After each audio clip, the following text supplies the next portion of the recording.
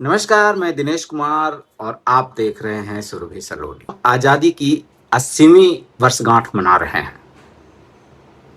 80 सालों में हमने क्या हासिल किया और क्या नहीं हासिल कर पाए, इस पर भी चर्चा होनी चाहिए। संविधान निर्माताओं ने हमारे लिए बहुत कुछ सोचा था और यही कारण है कि संविधान की प्रस्तावना में लिखा गया है कि हम भारत के लोग, और हमारे हाथ में भारतीय संविधान है। और पूरी प्रस्तावना क्या है, पहले इसे हम पढ़ लेते हैं।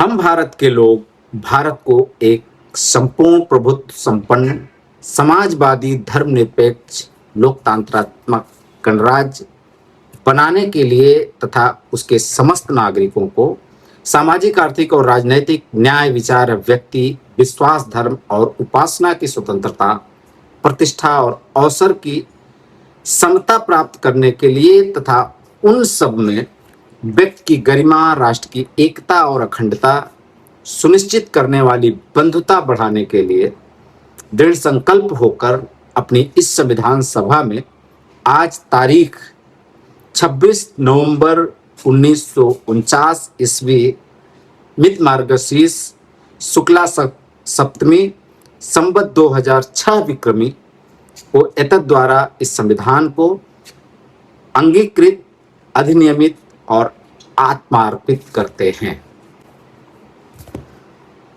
इसके साथ ही हमें बाबा साहेब डॉक्टर अंबेडकर का वह कथन याद आता है जो उन्होंने 25 नवंबर 1949 को संविधान सभा के अपने अंतिम भाषण के दौरान कहा था। बाबा साहब ने कहा था, संविधान की सफलता केवल उसके प्रावधानों पर नहीं बल्कि उसे लागू करने वालों की ईमानदारी, नैतिकता और मंशा पर निर्भर करती है। अगर इस लिहाज से देखें तो हमने काफी कुछ हासिल किया है। हम 21वीं सदी में हैं, बहुत कुछ हासिल कर चुके हैं, लेकिन बहुत कुछ पाना अभी बाकी है। अगर हम समाज के पिछड़े तबके की बात करें तो समाज के सबसे पिछड़े समाज से आने वाले उत्तराखंड के रवि टमटा आकाश में उड़ान भर रहे हैं। अभिजीत दीपकेश सरकार को झुकाने की माद्या रखते हैं। टीना डॉबी सिविल सेवा परीक्षा टॉप करती हैं तथा चंद्रशेखर आजाद जैसे युवा संसद में दहाड़ रहे हैं। यह नए भारत की बेहद सुखद तस्वीर है। इसके अलावा भी हमने बहुत कुछ हासिल किया है, लेकिन वहीं जब हम 21वीं सदी में मल्लिकार्जुन खड़गे साहब जैसे वरिष्ठ नेता के साथ भेदभाव का घटिया और निम्न स्तरीय नमूना देखते हैं तो दिल बैठ जाता है। मल्लिकार्जुन खड़गे साहब पहले नहीं है जिनके साथ इतने बड़े ओहदे पर होने के बावजूद भेदभाव हुआ है। इसके पहले पूर्व राष्ट्रपति रामनाथ कोविंद साहब को भी भेदभाव झेलना पड़ा था। अब सोचिए, अग्रिम पंक्ति में जो खड़े हैं, कांग्रेस पार्टी देश में 70 साल तक शासन करती रही और उस पार्टी के राष्ट्रीय अध्यक्ष के साथ ये हो सकता है।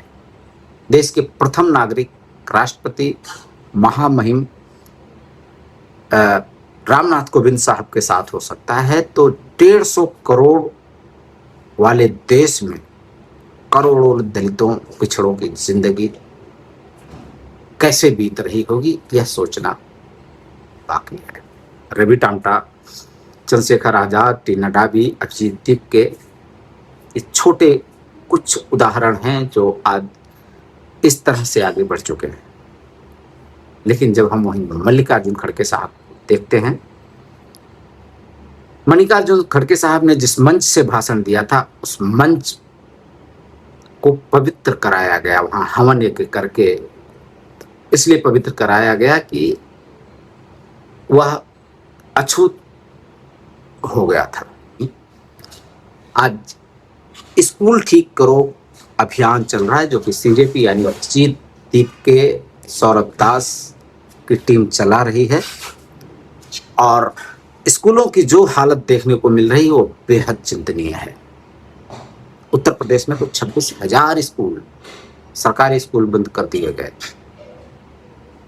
जब इन स्थितियों को देखते हैं तो बेहद चिंता होती है। समाज से भेदभाव खत्म हो, समान रूप से सामाजिक, आर्थिक और राजनैतिक न्याय, विचार, अभिव्यक्ति, विश्वास, धर्म और उपासना की स्वतंत्रता, प्रतिष्ठा और समान अवसर मिले, तभी हम असली आजादी के लक्ष्य को हासिल कर पाएंगे। समाज के लिए बेहद जरूरी है शिक्षा, सुरक्षा, सम्मान हर किसी के लिए समान हो। और यही हमारे संविधान निर्माताओं की तब परिकल्पना थी जब देश आजाद हुआ था। और अगर यह सब हासिल नहीं कर पाते हैं तो यह आजादी अधूरी है। समाज से जातिगत भेदभाव, ऊंच नीच, असमानता, इन्हें हटाना होगा। स्कूल ठीक करने होंगे, सबको समान शिक्षा मिले, वैज्ञानिक दृष्टिकोण सब में व्याप्त हो, आडंबरों से दूर रहें, तभी हम असल मायने में प्रगति कर पाएंगे। इन्हीं अपेक्षाओं के साथ 80वें स्वतंत्रता दिवस की हार्दिक शुभकामनाओं सहित मैं आपसे विदा लेता हूं। अगली रिपोर्ट फिर किसी विषय पर, तब तक के लिए धन्यवाद।